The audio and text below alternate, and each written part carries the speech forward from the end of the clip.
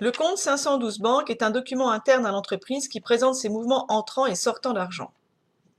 Le 1er mars, l'entreprise a un à nouveau débiteur qui signifie qu'elle possède un avoir de 7 000 euros. Le 5 mars, 3 000 euros sortent du compte banque car l'entreprise a envoyé un chèque au fournisseur mine. 6 000 euros entrent en banque suite à une remise de chèque de client. Le 15 mars, l'entreprise envoie un chèque au fournisseur Croc pour 1 000 euros afin d'éteindre sa dette. Puis reçoit un chèque du client Brice pour 2 000 euros et envoie un chèque au fournisseur Cric pour 400 euros. Puis on calcule le solde final du compte 512 en comparant le total de la colonne débit et le total de la colonne crédit. Si le total de la colonne débit est plus élevé que le total de la colonne crédit, le solde final est alors débiteur. Et cela signifie que l'entreprise possède de l'argent en banque et a un avoir. Si le total de la colonne crédit est plus élevé que le total de la colonne débit, le solde final est alors créditeur et cela signifie que l'entreprise a un découvert bancaire. Dans notre situation, on observe qu'en 31 mars, le solde final du compte 512 banque est débiteur. L'entreprise a donc un avoir de 10 600 euros. Que se passe-t-il sur le relevé bancaire envoyé par l'établissement bancaire? Le relevé bancaire envoyé à l'entreprise par l'établissement bancaire reprend les mêmes opérations que l'entreprise, mais à l'inverse, car pour l'établissement bancaire, l'entreprise est un client. Ainsi, lorsque l'entreprise reçoit de l'argent au débit dans son compte 512 banque, cette somme reçue sera mouvementée sur le relevé bancaire à l'inverse, c'est-à-dire au crédit. Et de l'argent qui sort au crédit du compte 512 banque sera mouvementé sur le relevé bancaire à l'inverse, au débit. C'est ce qui explique que lorsque le solde final sur le relevé bancaire est créditeur, cela signifie pour l'entreprise un solde final à l'inverse débiteur et nous informe que l'entreprise possède un avoir. Lorsque le solde final sur le relevé bancaire est débiteur, cela signifie pour l'entreprise un solde final créditeur et stipule que l'entreprise a un découvert bancaire. Dans notre exemple, on observe qu'au 31 mars, le relevé bancaire précise que le solde final est créditeur et cela signifie que l'entreprise a un solde final débiteur et qu'elle possède un avoir de 56 euros.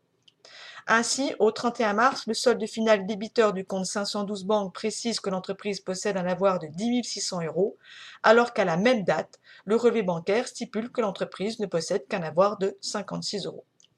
Comment est-ce possible? Tout simplement parce que le relevé bancaire envoyé par l'établissement bancaire enregistre les mêmes opérations que l'entreprise, mais à des dates différentes.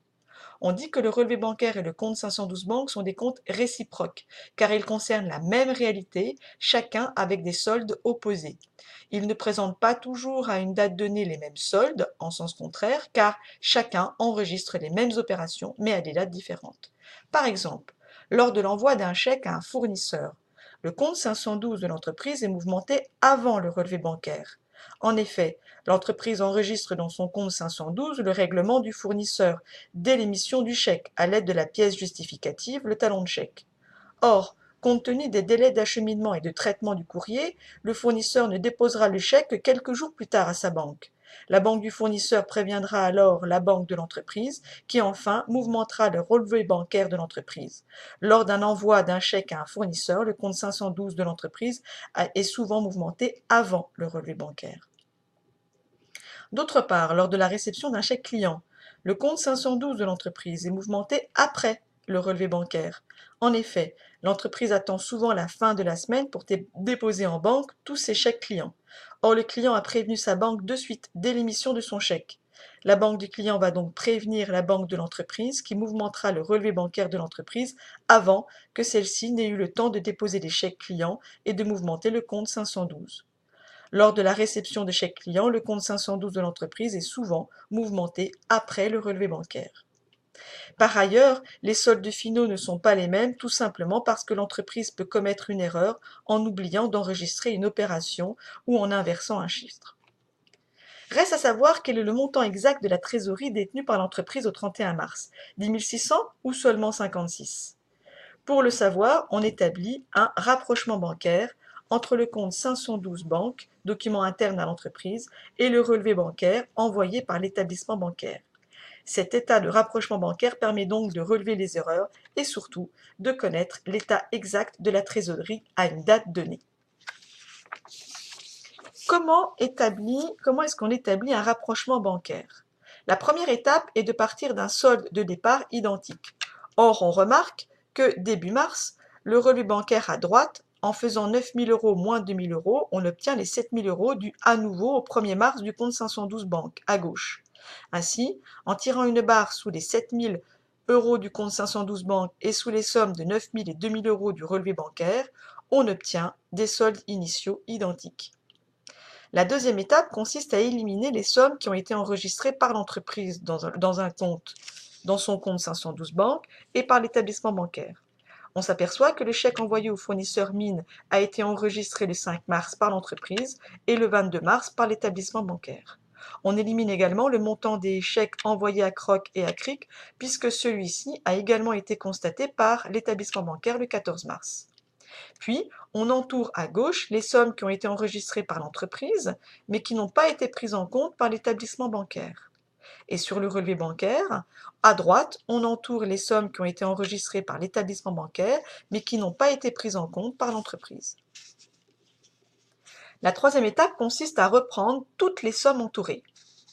Et on part du solde final du compte 512 banque. On place ce solde final au bon endroit, c'est-à-dire qu'un solde final débiteur se place au débit et un solde final créditeur se placerait au crédit. Ensuite, on reprend toutes les sommes mouvementées sur le relevé bancaire que l'entreprise n'a pas eu le temps d'enregistrer, c'est-à-dire les sommes en rose. Ainsi, les sommes entourées en rose seront reprises dans le compte 512 banque, mais à l'inverse. C'est-à-dire que les sommes entourées en rose mouvementées au crédit sur le relevé bancaire seront mises au débit dans le compte 512 banque. Et les sommes entourées en rose mouvementées au débit sur le relevé bancaire seront mises au crédit dans le compte 512 banque. Une fois que toutes les sommes entourées en rose ont été reprises à l'inverse dans le compte 512 banque, on peut connaître l'état exact de la trésorerie au 31 mars et on s'aperçoit que l'entreprise possède au 31 mars un avoir de 8 056 €. Pour vérifier si ce solde rapproché de 8 056 € est juste, on suit la même procédure mais à partir du solde final du relevé bancaire, en reprenant le solde final du relevé bancaire et en le plaçant au bon endroit, c'est-à-dire qu'un solde final créditeur se place au crédit et un solde final débiteur se placerait au débit. Ensuite, on reprend toutes les sommes mouvementées par l'entreprise sur le compte 512 banque que l'établissement bancaire n'a pas eu le temps d'enregistrer, c'est-à-dire toutes les sommes entourées en vert. Ainsi, les sommes entourées en vert seront reprises sur le relevé bancaire, mais à l'inverse. On le remarque, un montant entouré en vert au débit sur le compte 512 banque sera repris au crédit sur le relevé bancaire. Et un montant entouré en vert au crédit sur le compte 512 banque sera repris au débit sur le relevé bancaire. Une fois que toutes les sommes entourées en vert ont été reprises à l'inverse sur le relevé bancaire, on calcule le solde final rapproché et celui-ci doit être le même mais pour un solde inverse que celui obtenu sur le compte 512 banque, c'est-à-dire 8 056 €. Si l'un est débiteur, l'autre est créditeur. La quatrième étape consiste à enregistrer comptablement les opérations du compte banque qui ont permis de passer d'un solde de 10 600 € à un solde de 8 056 €. Ce sont des écritures dites de régularisation. On s'aperçoit que l'on a mouvementé 4 fois le compte 512 banque, 2 fois au débit et 2 fois au crédit.